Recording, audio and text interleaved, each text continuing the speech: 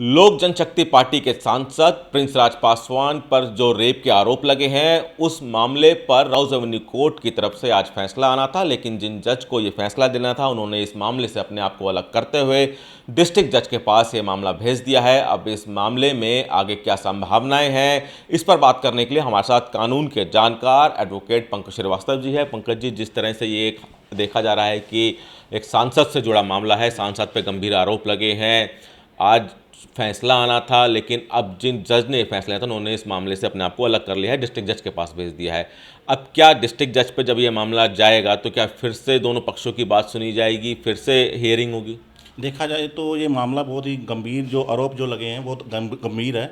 और ये 3 महीने पहले ही इसमें क्या कंप्लेंट दी गई थी, लेकिन 3 महीने के बाद एफआईआर रजिस्टर हुई है।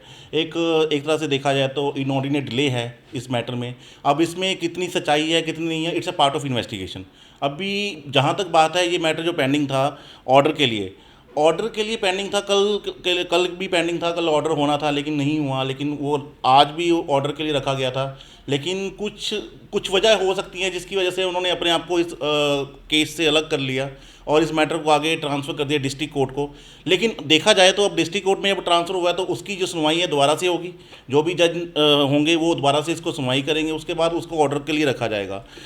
प्रिंस पासवान पर 376 जैसी गंभीर धारा लगी है। हालांकि प्रिंस पासवान के वकील ने जो अभी तक सुनवाई हुई उसमें ये कहा कि उनके क्लाइंट को ब्लैकमेल किया जा रहा है। तो अब जब फिर से इस पूरे मामले में सुनवाई होगी तो वही तथ्य फिर से रखे जाएंगे। तो अब क्या संभावनाएं लगती हैं दोनों पक्ष के पास, अगर जो पीड़िता है उसके पास और जो आरोप जिस पे लगे हैं आरोपी, उन पे क्या संभावनाएं हैं? क्या उनके पास अभी रास्ते बचे हैं? अभी देखा जाए तो क्योंकि ये एंटीसिपेटरी बेल है, उसमें जो एक हाई प्रोफाइल मैटर होने की वजह से इस पे जो एलिगेशंस हैं, एलिगेशन तो गंभीर है, लेकिन इसको जो अभी इन्वेस्टिगेशन होगी, इन्वेस्टिगेशन में क्लियर होगा कि इसमें कितनी सच्चाई है कितना झूठ है।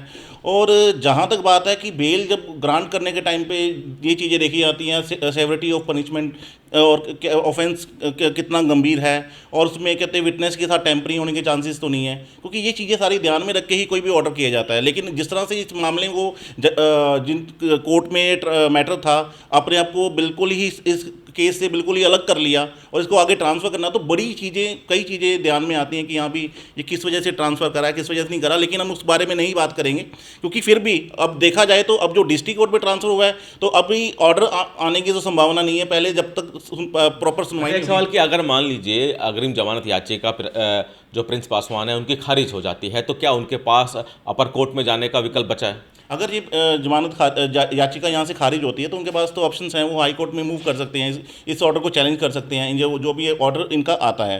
तो अभी तो काफ़ी चीज़ें हमें, अभी ये बहुत आगे की बातें हैं, अभी इस पर विचार करना भी बहुत जल्दबाजी होगी। तो अभी थोड़ा सा इसकी वेट किया जाए तो बढ़िया रहेगा। अभी ऑर्डर की वेट करें, क्योंकि हो सकता है कि और क्या नतीजा आएगा, क्या ऑर्डर आएगा, कोर्ट किस तरह से संज्ञान लेती है इस मैटर को, तो ये देखना भी बाकी है। तो सांसद प्रिंस पासवान पे जो आरोप लगे हैं, अब वो डिस्ट्रिक्ट जज की जो कोर्ट है उसमें ये मामला चलेगा।